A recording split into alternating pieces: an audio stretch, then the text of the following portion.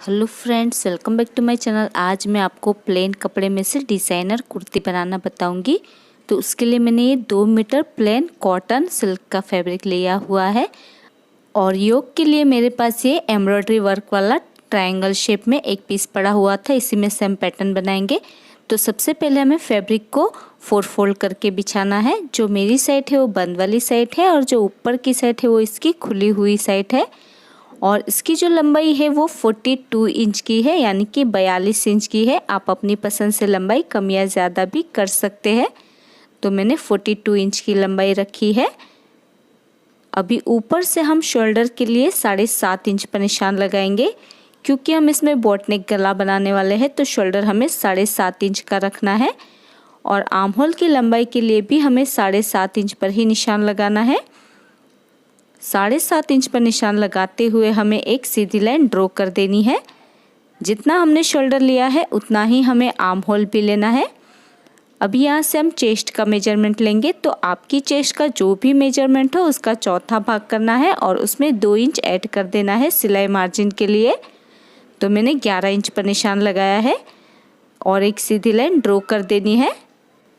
Chest का 4th part करना है और उसमें 2 इंच एक्स्ट्रा लेना है सिलाई मार्जिन के लिए। तो मैंने 11 इंच पर निशान लगाया हुआ है। अभी बैक आर्म होल के लिए हमें 1.5 इंच पर निशान लगाना है और फ्रंट आर्म होल के लिए 1 इंच पर निशान लगाना है। और दोनों निशानों पर हमें राउंड शेप ड्रॉ कर देना है फ्रंट और बैक आर्म होल के लिए। और इस तरह से ऊपर तक हम राउंड शेप ड्रॉ कर लेंगे। अभी ऊपर से एक निशान हमें 14 इंच पर लगाना है, जहाँ से हम कमर की चौड़ाई का मेज़रमेंट लेंगे। और एक निशान हमें 20 इंच पर लगाना है, जहाँ से हम हिप का मेज़रमेंट लेंगे। तो जो हमने 14 इंच पर निशान लगाया है वहाँ से हमें कमर की चौड़ाई का चौथा भाग करना है और उसमें भी हमें 2 इंच ऐड कर देना है सिलाई मार्जिन के लिए। तो आपकी कमर का जो भी मेज़रमेंट हो उसका चौथा भाग करना है और उसमें 2 इंच ऐड कर देना है सिलाई मार्जिन के लिए। तो मैंने 10 इंच पर निशान लगाया है। अभी जहाँ पर हमने 20 इंच पर निशान लगाया है वहाँ से हमें हिप की चौड़ाई का चौथा भाग करना है और उसमें भी हमें 2 इंच ऐड कर देना है सिलाई मार्जिन के लिए। तो मैंने 11.5 इंच पर निशान लगाया है। हिप का 4th पार्ट करना है और 2 इंच एक्स्ट्रा लेना है सिलाई मार्जिन के लिए।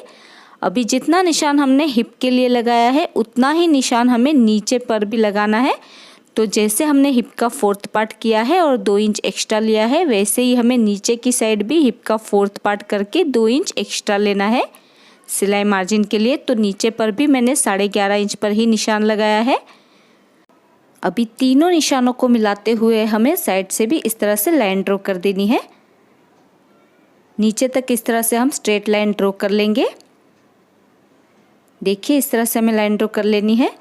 अभी हम गले की चौड़ाई के लिए 4.5 इंच पर निशान लगाएंगे, क्योंकि हम इसमें बोट नेक गला बनाने वाले हैं। तो गले की चौड़ाई हमें 4.5 इंच की लेनी है। अभी हमें सिर्फ निशान ही लगाना है और शोल्डर स्लोप के लिए हम आधा इंच पर निशान लगाएंगे। आधा इंच पर निशान लगाते हुए हमें एक तिरछी लाइन ड्रॉ कर लेनी है गले की चौड़ाई तक इस तरह से। अभी हम गले को कट नहीं करेंगे। तो सबसे पहले हमें शोल्डर स्लोप से लेकर बैक आर्म होल से इसकी कटिंग कर देनी है। तो देखिए, इस तरह से मैंने कटिंग कर ली है। अभी जहाँ पर हमारी कमर की चौड़ाई और हिप की चौड़ाई है वहाँ पर हमें एक छोटा सा कट लगा देना है, ताकि फिटिंग करते वक्त हमें ध्यान रहे। अभी हम इसमें से एक पार्ट को निकाल लेंगे और इसे वापस से डबल फोल्ड करते हुए हमें फ्रंट आर्म होल की कटिंग कर देनी है। अभी ये मैंने बैक वाला पार्ट लिया हुआ है, इसमें हम बैक नेक की कटिंग करेंगे। तो बैक नेक की लंबाई के लिए हम 2.5 इंच पर निशान लगाएंगे और इस तरह से हमें बैक नेक में राउंड शेप ड्रॉ कर लेना है। अभी हमें इसकी कटिंग कर देनी है। तो ध्यान रहे, हमें सिर्फ बैक नेक की ही कटिंग करनी है। तो देखिए, इस तरह से मैंने बैक नेक की कटिंग कर ली है। अभी हम पहले स्लीव की कटिंग कर लेंगे। तो फैब्रिक को मैंने 4 फोल्ड करके बिछाया हुआ है। जो मेरी साइड है वो बंद वाली साइड है और जो ऊपर की साइड है वो खुली हुई साइड है। और इसमें मैं एल्बो लेंथ की स्लीव बनाने वाली हूँ। तो इसकी लंबाई मैंने 12 इंच की रखी है। ये 11 इंच की हमारी रेडी होगी। और ऊपर से जो इसकी चौड़ाई है वो मैंने 8.5 इंच की रखी है। अभी कैप स्लीव की लंबाई के लिए हमें 3 इंच पर निशान लगाना है और बंद वाली साइड से भी हम 3 इंच पर निशान लगा लेंगे। 3 इंच पर निशान लगाते हुए हमें एक सीधी लाइन ड्रॉ कर लेनी है। अभी खुली हुई साइड से हमें 2 इंच पर निशान लगाना है सिलाई मार्जिन के लिए और इसमें हमें स्लीव का शेप ड्रॉ कर लेना है। जैसे हम नॉर्मल स्लीव का शेप ड्रॉ करते हैं बिल्कुल उसी तरह से हमें इसमें स्लीव का शेप ड्रॉ कर लेना है। अभी नीचे से मेरे स्लीव की चौड़ाई 5 इंच की है, तो उसमें 1.5 इंच हमें एक्स्ट्रा लेना है सिलाई मार्जिन के लिए। तो मैंने 6.5 इंच पर निशान लगाया है। अभी साइड से भी हमें लाइन ड्रॉ कर देनी है। अभी हमें इसकी कटिंग कर देनी है। तो जैसे हमने ड्रॉ किया है बिल्कुल वैसे ही हमें इसकी कटिंग कर देनी है।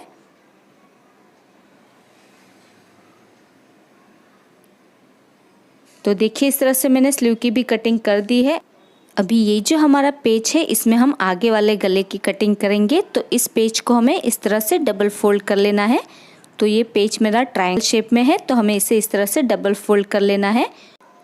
उसके बाद हम इसकी चौड़ाई देख लेंगे। तो इसकी चौड़ाई पूरी 4.5 इंच की है। जितनी हमारी गले की चौड़ाई है उतनी ही इसकी चौड़ाई है, तो इतनी चौड़ाई हमें काफ़ी रहेगी।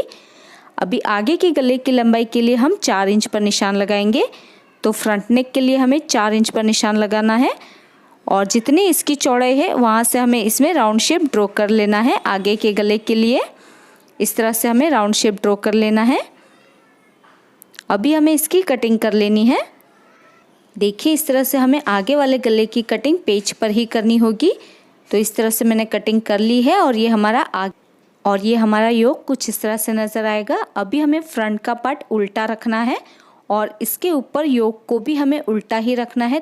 तो ध्यान रहे योक को हमें बिल्कुल सेंटर में रखना है और जहाँ पर हमने गले की चौड़ाई के लिए निशान लगाया था बिल्कुल वहीं पर हमें दोनों साइड को रखना है और इसके ऊपर हमें पिन्स लगा देनी है ताकि हमें इसमें सिलाई लगाने में आसानी हो।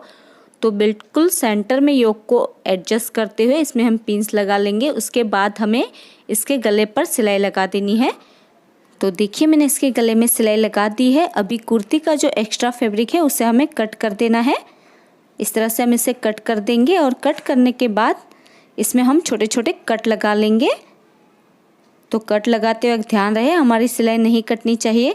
उसके बाद ये जो हमारे योक है उसे हमें सीधी साइड पर इस तरह से पलट देना है और सीधी साइड पर पलटने के बाद हम इसके ऊपर कवर सिलाई लगा देंगे।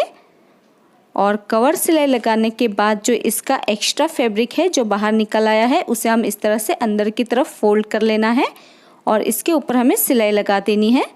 तो पूरे त्रिकोण शेप में हमें एक्स्ट्रा जो फैब्रिक है उसे अंदर की तरफ फोल्ड कर लेना है और इसके ऊपर हमें सिलाई लगा देनी है इस तरह से।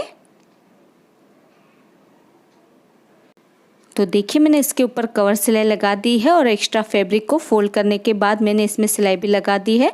अभी ये मैंने मल्टी कलर वाली लेस ली हुई है, इसे मैं अटैच करूँगी साइड में। आप चाहे तो बिना लेस के इसे ऐसे भी रहने दे सकते हैं। तो इसी तरह से जो हमारा त्रिकोण वाला शेप है वहाँ पर हमें लेस को इस तरह से रखते हुए इसमें सिलाई लगा देनी है। आप चाहे तो इसे ऐसे भी रहने दे सकते हैं, लेकिन ये मल्टी कलर वाली लेस अटैच करने से इसका लुक बहुत ही ब्यूटीफुल आएगा। तो देखिए इस तरह से मैंने लेस को अटैच कर लिया है। अभी हमें बैक नेक में तिरछी पट्टी अटैच कर लेनी है। तो सीधी साइड से ही पट्टी को रखते हुए इसमें हम सिलाई लगाएंगे और पट्टी को डबल फोल्ड करते हुए अंदर की तरफ मोड़ देना है। तो देखिए मैंने बैक नेक में पट्टी अटैच कर ली है। अभी बैक का पार्ट हमें सीधा रखना है और उसके ऊपर फ्रंट का पार्ट उल्टा रखेंगे और इसके शोल्डर ज्वाइंट कर लेंगे। तो देखिए मैंने इसके शोल्डर ज्वाइंट कर लिए हैं। अभी हम इसमें स्लीव अटैच करेंगे। तो सिंपली हमें स्लीव को उल्टा रखना है और सेंटर से ही हमें स्लीव को अटैच कर लेना है सिलाई लगाते हुए।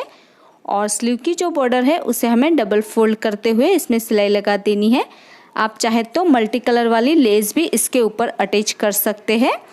और इसी तरह से दूसरी साइड के आर्म होल के ऊपर भी हमें स्लीव को उल्टा रखना है और इसके ऊपर हमें सिलाई लगा देनी है। और स्लीव की जो बॉर्डर है उसे हमें डबल फोल्ड करते हुए इसमें सिलाई लगा देनी है।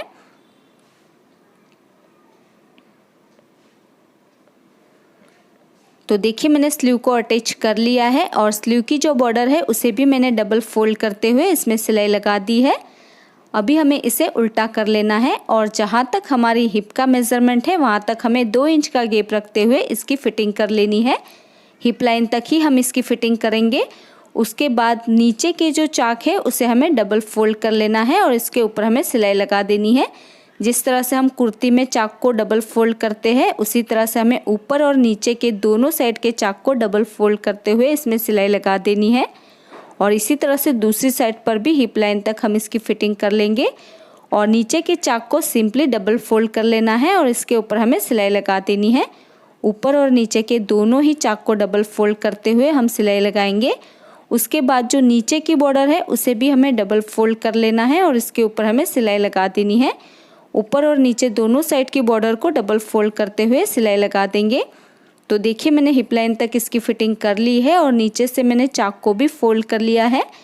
दोनों साइड से मैंने इसकी फिटिंग कर ली है और इसके चाक को फोल्ड करते हुए मैंने इसमें सिलाई लगा दी है और नीचे मैंने इसमें अलग से पट्टी अटैच की हुई है। आप चाहे तो इसी की बॉर्डर को फोल्ड कर सकते हैं। अभी ये मैंने छोटी साइज़ के बीड्स लिए हुए हैं और ये मल्टी कलर की मैंने, जैसे हमारी कौड़ी होती है उसी तरह से मैंने मल्टी कलर की ये कौड़ियाँ ली हुई है। इसमें ऊपर की तरफ से छेद भी आता है जिससे आप इसे आसानी से अटैच कर सकते हैं। अभी हम इसे नीडल और थ्रेड की मदद से जो हमने योक लगाया हुआ है उसके ऊपर अटैच करेंगे। तो पहले हमें एक बीड्स को लगाना है, उसके बाद हम मल्टी कलर की कोई भी एक कलर की इस कौड़ी को लगाएंगे, यानी कि इसे नीडल के अंदर डालेंगे। उसके बाद जो हमने बीड्स लगाया हुआ है उसमें से हमें नीडल को निकालना है, यानी कि सुई को निकालना है और इस तरह से हमें इस कौड़ी को अच्छे से एडजस्ट करना है। उसके बाद हम धागे को यानी कि सुई को नीचे से निकाल लेंगे टाँका लगाते हुए। उसके बाद थोड़े गैप के ऊपर हम दूसरा बीड्स अटैच करेंगे। तो थोड़े थोड़े गैप के ऊपर हमें इसी तरह से नीडल और थ्रेड की मदद से एक बीड्स लेना है और एक कौड़ी लेनी है।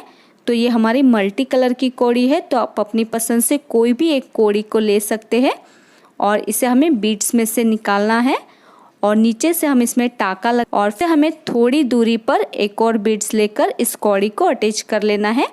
तो इस तरह से हमें पूरा जो हमारा योक है उसके ऊपर इसी तरह से हमें सारी कौड़ियों को अटैच कर लेना है। तो इस तरह से हम इस कौड़ियों को अटैच करेंगे तो इसका लुक बहुत ही ब्यूटीफुल आएगा और ये बहुत ही कुर्ती हमारी सुंदर लगेगी। तो देखिए इस तरह से मैंने सारे ही बीड्स और कौड़ियों को अटैच कर लिया है और इसी के साथ ये हमारी डिज़ाइनर कुर्ती बनकर रेडी हो चुकी है और ये है इसका final look. So friends, I hope आपको आज का ट्यूटोरियल पसंद आया होगा।